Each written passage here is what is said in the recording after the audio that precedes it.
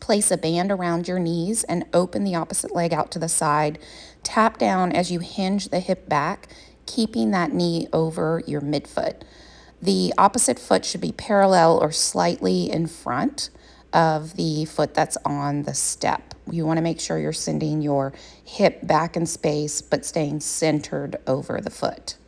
Keep the ribs in and look forward to maintain that nice curve in the neck.